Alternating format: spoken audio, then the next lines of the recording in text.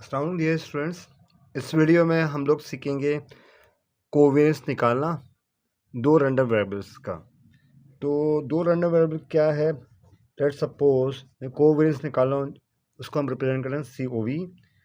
दो random variable हमारे पास क्या, एक x है, दूसरा क्या y है, जिसको हम निकालेंगे।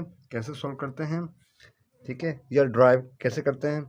तो हमारे पास फॉर्मूला क्या है? एक्चुअली कोवेरिएंस होता क्या है, देखो कोवेरिएंस मीन्स दो वेरिएंस है, एक एक्स का और वाई का।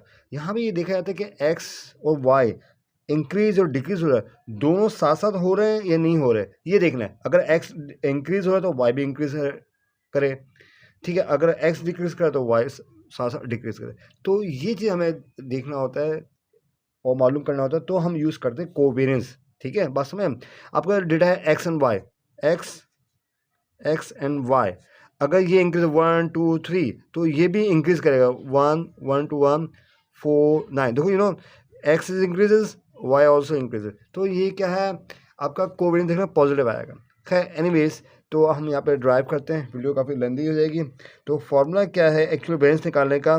पहले हम इसका निकालते हैं, एक्स का वेरिएंस एक्स माइनस एक्स बार होता है। एक्स बार हमें पता है मीन होता है, जो कि हम लिखते हैं एक्स एक्सपेक्टेड, ठीक है। तो ये हमारा हो गया किसका मीन, सॉरी वेरियस एक्स का। अब हम निकालेंगे वाई का वेरियंस कैसे निकालेंगे? Y minus E of Y, ठीक है। ये हो गया फॉर्मूला। अब इसको हम क्या करेंगे, एक्सपेंड करेंगे। डियर स्टूडेंट्स, यहाँ ये देखो गौर से,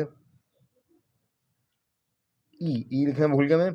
यहाँ ये एक्स माइनस ई एक्स और वाई माइनस ई एक्स, ये आपस में क्या हो रहा है, मल्टीप्लाई। क्यों ना हम इसको मल्टीप्लाई कर दें, यानी एक्स को वाई से करें तो क्या होगा, एक्स वाई।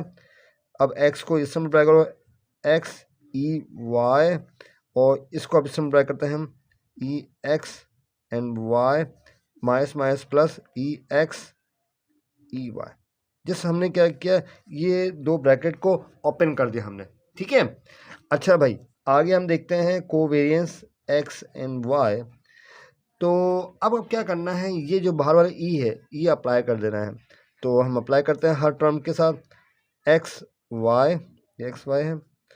अब एक्स में नहीं है, ई में तो ऑलरेडी है, दोबारा ई नहीं आएगा, ई इसको नहीं होगा, ठीक है। यहाँ पे एक्स पे हो जाएगा अपना, ई एक्स ई वाई बच गया हमारे पास, ठीक है। और ये जो है हमारे पास ई एक्स ई वाई, ये हो गया। तो ये प्लस आपका बचा, यहाँ पे आप हमें तो ये ऑलरेडी दोनों में ई है, तो हमें लिखने की जरूरत नहीं है। तो बताओ यहाँ पे कैंसिलेशन क्या हो रहा है हमारे पास, ये और ये कैंसिल हो रहा है, या ये इसको कैंसिल करो, एक ही बात है।